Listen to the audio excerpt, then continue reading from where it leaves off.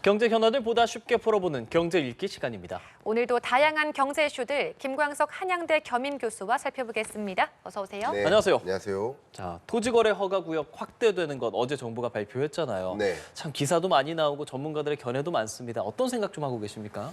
일단 기본적으로 최근 몇 개월 동안 예. 아파트 매매 가격이 다소 급등하는 현상이 있었는데 사실 급등한다고 이야기하는데 지방에 계시는 분들은 예. 비수도권에 계시는 분들은 전혀 체감하지 못하셨어요. 그렇죠. 주로 서울 등지를 중심으로만 집값이 강하게 상승하는 흐름을 보였죠. 그 이유는 무엇일까를 놓고 봤을 때 이 토지거래 허가 구역을 이제 지정했었던 것을 해제하면서 일어난 것이라고 볼 수 있겠습니다. 근데 이렇게 자료 보시는 것처럼 매매 가격 변동률이 강하게 급등하는 현상들을 네. 지켜보면서 송파, 강남, 서초, 그러니까 서울시의 가격 급등 현상이라고 정의하는 것보다는 더 좋은 정의는 양극화의 주제인 거예요. 그러면 서울의 이 주요 지역의 아파트를 갖고 계신 분들과 갖지 못하신 분들, 혹은 같은 아파트를 1가구 1주택으로 갖고 있는 가정끼리도 서울에 집이 있느냐 그렇지 않은 곳에 집이 있느냐 여부에 따라서 양극화, 자산 가치가 이렇게 급격히 벌어지고 있는 거죠. 이런 현상 속에서 안 되겠다. 다시 지정하자. 그리고 다시 지정하지만 확대 지정하자 하는 의견이 어제 발표가 된 것이라고 볼 수 있겠습니다. 그럼 저 빨간색으로 나와 있는 저 지역에 대해서 지정이 된 거잖아요. 그렇습니다. 그럼 여기서 진짜 뭐 한 동짜리 아파트 뭐 네. 이런 것도 다 이번에 해당이 되는 거죠? 네, 그렇습니다. 답변부터 드린다면 일단 건축물 대장이 있는데 예. 건축물 대장상에 아파트로 기재가 되어 있다면 모두가 대상이 됩니다. 다만 제외된다면 우리가 건축물을 거래할 때, 부동산을 거래할 때 두 가지 방식이 있죠. 기존 주택 매매와 신규 분양이 있죠. 그렇죠. 근데 신규 분양은 제외가 됩니다. 그러니까 기존 주택을 거래할 때 어떤 이 건축물 대장상에 아파트라고 기재되어 있다면 그러면 예외가 없이 적용될 것이다. 이렇게 의견을 드리겠습니다. 예, 이 토지거래허가 구역 지정이 다음 주 월요일, 그러니까 24일 계약분부터 시행이 된다고 하는데 네. 그럼 이 남은 시간 동안이 막차를 탈 수 있는 기회가 아닌가 이런 의견이 있습니다. 현재 부동산의 시장 분위기 어떻습니까? 네, 시장은 굉장한 혼란입니다. 어허. 예. 일단 기존에 이미 매매 거래를 단행한 분들도 계실 것이고요. 그렇죠. 그리고 그렇지 않은 분들도 있을 거예요. 근데 그렇지 않은 분들은 잠재적으로 거래를 해야겠다라고 마음 먹고 계신 분들도 있을 거란 말이죠. 그런 분들은 그러면 막판 거래해야 되나? 아직 24일부터 효력이 발생하니까 그 전까지 거래가 체결이 된다. 그러면 남아 있는 거 아니냐? 기회가 남아 있는 거 아니냐? 그렇기 때문에 막판 거래가 급증할 개연성도 상당 부분 있어 보입니다. 다만 또 매수자들은 관망세도 펼쳐지는 거예요. 이거 서울의 주요 지역에 토지거래 허가 구역을 해제하면서 급등 현상이 일어났으니까 예. 다시 복구시키면 이거 다시 떨어지는 거 아니냐 하는 생각들도 있기 때문에 고점 매수자들 같은 경우는 계약 파기 문의가 집중되고도 있고요. 예. 그러니까 이런 여러 가지 대혼란 속에 있다. 그래서 특히 이 중개 거래소 입장에서는 이거 뭐야? 뭐 이거 계속 상승하는 흐름일까 아닐까 하는 이런 혼란 때문에 예. 계약 파기 문의도 있고 급격히 24일 전까지 거래를 빨리 체결해야 되자 하자라는 문의도 있고 굉장히 이 혼란이 가중되고 있는 국면이라고 정의해 볼 수 있겠습니다. 짧게 하나만 물어보고 싶은데 네. 이 토지거래 허가를 받는 게 구청장 허가를 받아야 된다 이렇게 나오잖아요. 네. 이 허가라는 게 뭐 받기가 어려운 겁니까? 자, 허가를 예. 받는 과정에서 중요한 것이 뭐냐면 무언가를 확인하려고 하냐면 이거 투기성 투자냐 혹은 내 집 마련 투자냐를 확인하는 겁니다. 특히 투기성 투자는 뭐예요? 주로 전세 끼고 내 집을 마련하거나 갭 투자. 집을 거래, 흔히 말하는 갭 투자죠. 예. 예. 그래서 흔히 말하는 갭 투자를 막기 위한 투기성 투자를 막기 위한 조치이기 때문에 그런 것들을 확인하는 과정을 거친다 이렇게 생각해 보시면 좋겠고 그래서 여러분들이 그냥 갭 투자가 아닌 방식으로 내 집 마련을 시도하겠다 하는 경우라면 뭐 문제가 안 될 수 있겠습니다. 예. 근데 어쨌든 구청장의 허가를 받아야 되는 그런 지역이라고 볼 수 있겠습니다. 알겠습니다. 정부가 토허제 확대한 부분에 대해서 짚어봤고요. 자, 미국의 기준금리 밤사이에 동결이 됐습니다. 그렇습니다. 이 부분 좀 배경을 먼저 짚어볼까요, 저희? 일단 지난 FOMC 회의부터 연속 두 차례 금리를 동결했습니다. 그러니까 금리를 동결했다는 것은 앞으로 금리를 추가적으로 인하해야 될지 말아야 될지 잘 모르겠다라는 것이에요. 5.5%의 기준금리 수준에서 4.5%의 기준금리로 인하는 했고 앞으로 중립금리, 미국이 생각하는 가장 이상적인 금리, 그 금리를 3%로 보고 있거든요. 그러니까 결국은 지금 5.5에서 시작해서 4.5까지는 왔는데 3%를 향해 금리를 인하해 나가겠다라는 게 기본적인 방향성입니다. 예. 예. 그걸 이른바 피벗이라고 하는 거예요. 그런데 중요한 것은 언제 인하할까, 어느 수준으로 인하할까가 중요한 관전 포인트예요. 그런데 보니까 지금 관세 전쟁이 시작됐고 트럼프발 관세 전쟁은 어쩌면 물가를 자극하지 않을까 하는 걱정도 있고 또 경기를 과도하게 침체시키는 건 아닐까 하는 걱정도 있어요. 그렇기 때문에 이 관세와 경기, 관세와 물가 간의 관계를 확인하고 금리를 인하하거나 할 필요가 있다는 것이죠. 지금으로서는 그것을 예단하긴 이르기 때문에 아마도 3월, 4월, 5월 중에 관세 전쟁에 따른 여파, 물가에 미치는 영향, 경기에 미치는 영향 등을 진단하고 추가 금리 인하를 단행할지 여부를 판단하겠다. 좀 신중하게 금리 인하 여부를 결정하겠다라는 의사결정이라고 볼 수 있겠습니다. 예, 이렇게 미국 연준은 금리를 동결을 했고 이렇게 되면 미국과 한국 간의 상단 기준으로 1.75%포인트 정도 금리가 차이가 납니다. 그렇습니다. 그럼 한국은 금리를 어떻게 할까요? 앞으로는 어떻게 전망하십니까? 자, 미국의 금리 결정도 3%라는 목표 금리, 중립금리를 향해 금리를 인하하는 스탠스고요. 네. 한국은행도 마찬가지. 지금의 2.75%, 물론 3.5가 상단이었죠. 3.5에서 2.75%로 금리를 여러 차례 인하해 왔지만 또 목표하는 방향성은 2%입니다. 그러니까 미국도 지금의 4.5에서 소위 3%를 향해, 한국은행 같은 경우도 지금의 2.75에서 약 2%를 향해 금리를 점진적으로 인하해 나가는 여정입니다. 다만 금리를 인하하는 여정에서 혹여나 한미 간의 금리 격차가 더 벌어짐에 따라 지금 미국은 동결했단 말이에요. 근데 한국은 4월에 금리를 추가 인하를 한다고 해보죠. 예. 그럼 다시 2%포인트로 차이가 나는 거예요. 그렇죠. 그러니까 그것은 역대 최대 격차로 다시 회귀하는 것은 또 강달러를 만드는 게 아닌가 하는 우려감을 갖게 만들죠.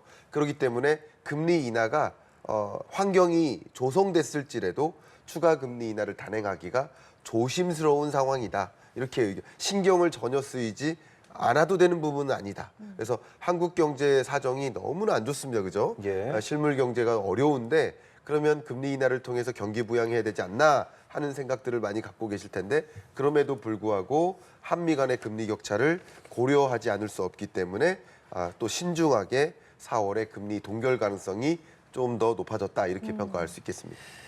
참 우리 경기가 안 좋다는 말씀 먼저 해주셨어요. 사실 네. 이 부분은 우리 시청자분도 다 공감을 하실 것 같거든요. 실제로 네. 한국경제인협회에서 1,000명을 대상으로 설문조사를 했더니 71.5%가 1년 전보다 악화됐다. 1년 전에도 안 좋다 그랬었는데 네. 1년 사이에 또 악화됐다고 한단 말이죠. 네. 지금 상황 좀 어떻게 보고 계시는지요? 네, 맞습니다. 2023년 경제가 1.4% 성장이었어요.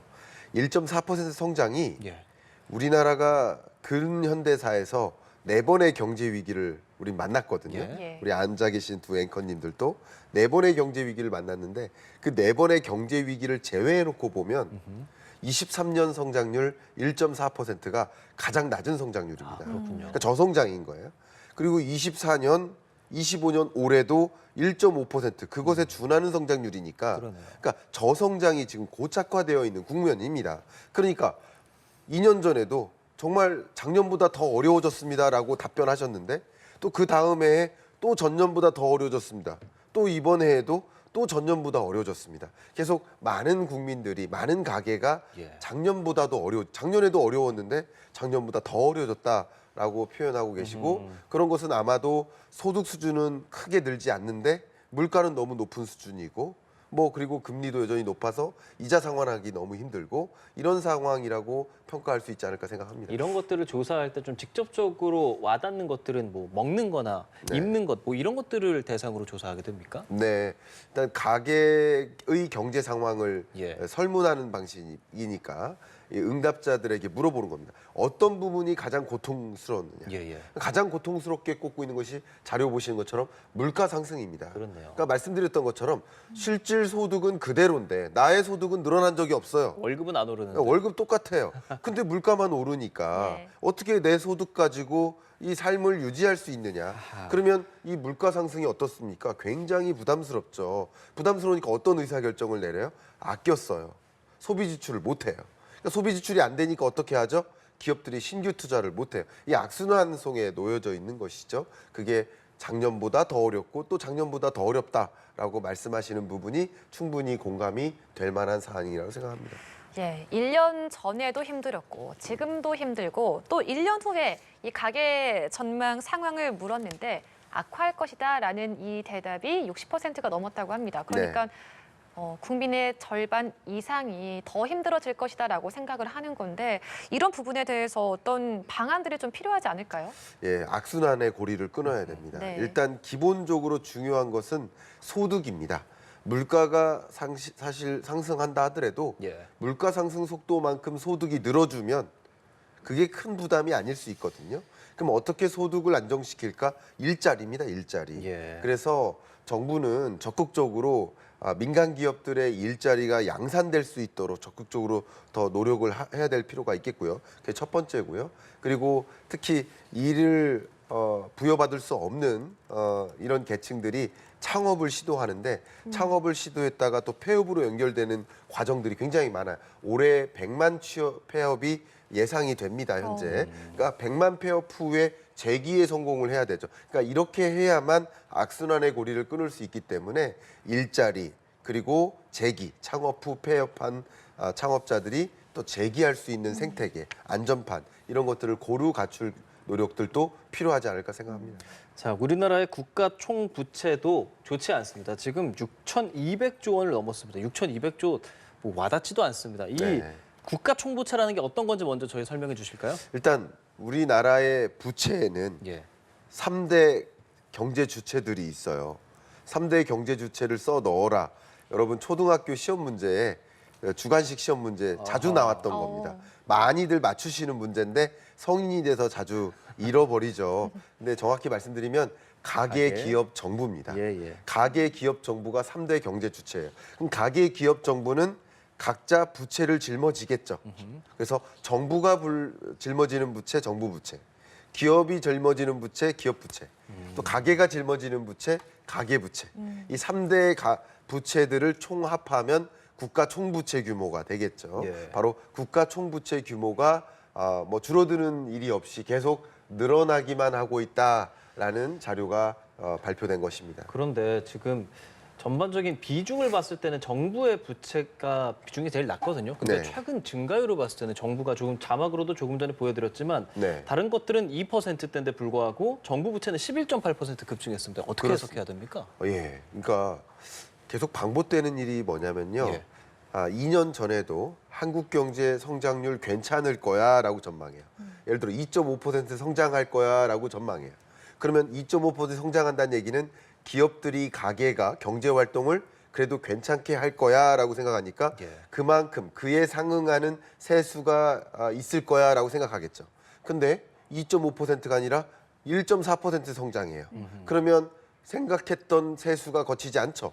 그러니까 이게 무슨 이야기 나오는 세수 결손 이야기 돼요. 예. 그럼 세수 결손이 계속 야기되니까 결국은 적극적으로 재정을 또 펼치기가 어려워지는 상황인데 지금은 경제가 이렇게 악화되고 또 악화되니까 세입이 연결되지 않고 그러면 정부도 부채에 의존하는 경제를 가져가야 되는 상황이 된 그럼 거죠. 어떻게 해야 되는 거예요, 이제? 네, 그러니까 지금부터는 재정 건전성도 살피고 또 이 금리를 계속 인하해 나가는 과정에서 가계와 기업들이 무분별한 또 부채를 늘려나갈 수도 있는데 그러니까 총 부채 관리라는 국가 어젠다를 설정하고 총 부채가 더 이상 빠른 속도로 늘어나지 않도록 하는 그런 방향성을 마련하는 것도 필요하다 이렇게 생각합니다.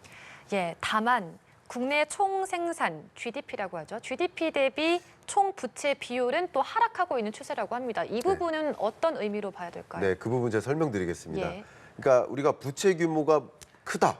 이것만으로는 정말 큰지 얘기할 수가 없어요. 예를 들어서 뭐 소득 규모가 5억이에요. 연봉이 5억인 사람이 부채가 1억 있다라고 하는 것과 연봉이 예를 들어 5천만 원인데 10분의 1이죠. 예. 5천만 원인데 1억 있다라고 하는 것은 부채 규모가 같다라고 할 수 있나요? 그렇죠. 아니죠. 아니죠. 그러니까 결국 상환 여력을 봐야 되니까 소득 대비 부채 규모를 보는 겁니다. 마찬가지 우리나라의 경제 규모 대비 총 부채가 얼마나 되나라는 것을 확인하는 거니까 총 부채 비율이라는 개념은 GDP 대비 가계 부채, 기업 부채, 정부 부채가 얼마나 되나라는 것을 확인하는 겁니다. 근데 이 총 부채 비율이 떨어졌다라는 사실은 부채 규모가 줄어든 게 아니라 분모, GDP 규모가 늘어서다. 이렇게 생각해 보시고 결국 가계 부채나 정부 부채, 기업 부채가 늘지 않아도 GDP 규모가 좀 늘어나면 총 부채 비율은 줄어들 수도 있기 때문에 총 부채 비율이 줄어들었다고 해서 우리 건전성이 회복됐다. 이렇게만 예단하기는 좀 이른 감이 있다. 이렇게 의견 드리겠습니다. 알겠습니다. 오늘 경제 읽기, 경제 읽어주는 남자 김광석 교수와 함께했습니다. 고맙습니다. 감사합니다.